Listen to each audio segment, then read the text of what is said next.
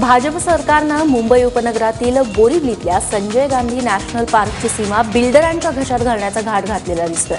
कारण नॅशनल पार्कच्या सीमेपासून फक्त 100 मीटरपर्यंतचा परिसर हा इको सेन्सिटिव्ह झोन म्हणून घोषित करण्यात आलाय।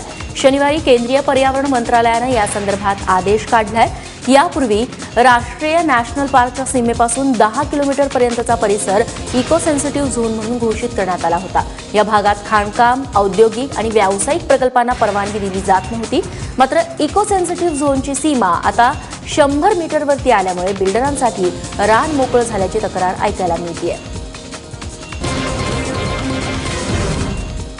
मुंबई महापालिका निवडणुकांआधी मनसेला मोठं खिंडार पडलंय। मनसेच्या पालिका शिक्षक संघटनेच्या सर्वच्या सर्व म्हणजे 1100 सदस्यांनी शिवसेनेत प्रवेश केलाय। त्यामुळे मनसेची पालिकेतील शिक्षक सेनाच बरखास्त झाली आहे। शिवसेना पक्षप्रमुख उद्धव ठाकरे यांच्या उपस्थितीत मातोश्रीवरती काल हा पक्षप्रवेश पार पडला।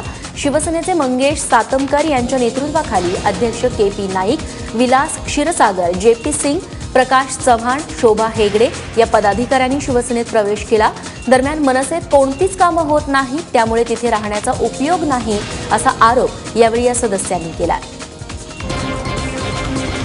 मुंबई महानगरपालिकेला महाराष्ट्र नवनिर्माण सेनेला मोठं खिंडार पडलेलं आहे। कारण त्यांची जी काय स्ट्रेंथ होती किंवा एवढे वर्ष ज्या पद्धतीने काम चालू होतं तर त्यांनी शिवसेनेच्या नेतृत्वावरती विश्वास ठेवला। शिक्षक सेनेचे आमचे सर्व पदाधिकारी ह्या मुंबई महानगरपालिकेमध्ये ज्या पद्धतीने कामं करतात त्या कामावरती विश्वास ठेवून ही सर्व मंडळी शिक्षक सेनेमध्ये समाविष्ट झाली।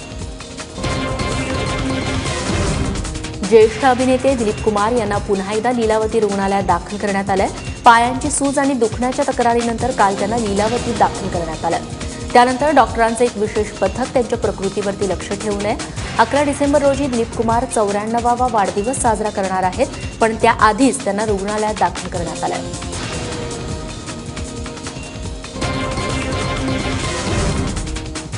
नोटाबंदीनंतर निर्माण झालेल्या सुट्ट्या पैशांच्या तुटवड्यावरती उपाय म्हणून नवी मुंबई पालिकेच्या 80 एसी बसमध्ये स्वाईप मशीन्सची सुविधा देण्यात येणार आहे। तसंच बस स्थानकावरती ट्रेनप्रमाणे डिजिटल डिस्प्ले लागणार आहे। यात बस किती वेळात येणार आहे याची माहिती मिळेल।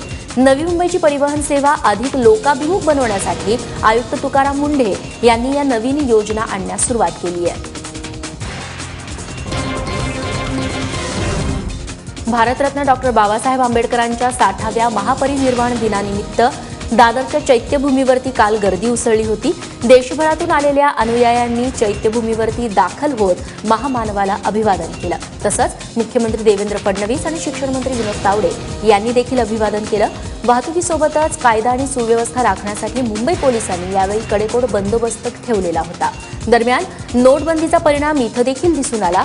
दरवर्षी 8 दिवसांपासूनच विविध आंबेडकरी स्टॉल्सनी फुलणाऱ्या या परिसरात यंदा मात्र तुरळकच स्टॉल्स बघायला मिळाले। संविधानाला सरकारनं धक्का लावण्याचा प्रयत्न केला तर सरकारला देखील धक्का लावणार असा इशारा केंद्रीय मंत्री रामदास आठवले यांनी दिलाय। काल दादरच्या शिवाजी पार्कमध्ये डॉक्टर बाबासाहेब आंबेडकर यांच्या महापरिनिर्वाण दिनानिमित्त अभिवादन सभेचं आयोजन करण्यात आलं। यावेळी बोलताना आठवलेंनी आपल्या शैलीत अमेरिकेचे अध्यक्ष डोनाल्ड ट्रम्प यांचं देखील अभिनंदन केलं। तसंच आपण लवकरच त्यांचं अभिनंदन करायला जाऊ असं देखील आठवले म्हणाले। मैं जरूर भारतीय जनता पार्टी के साथ हूँ, लेकिन वहाँ मैं नीला झंडा लेकर मैं वहाँ खड़ा हूँ और नरेंद्र मोदी जी को बताया है कि बाबा साहब अम्बेडकर जी के संविधान को बिल्कुल धक्का नहीं लगेगा। अगर बाबा साहब अम्बेडकर जी के संविधान को धक्का लगेगा तो इस सरकार को भी हम धक्का दे सकते हैं। और इसीलिए नरेंद्र मोदी जी ने हमको बताया है कि अरे बाबा साहब अम्बेडकर जी ना होते, बाबा साहब अम्बेडकर जी का संविधान ना होता तो एक चाय बेचने वाला नरेंद्र मोदी कभी भी प्रधानमंत्री ना होता था।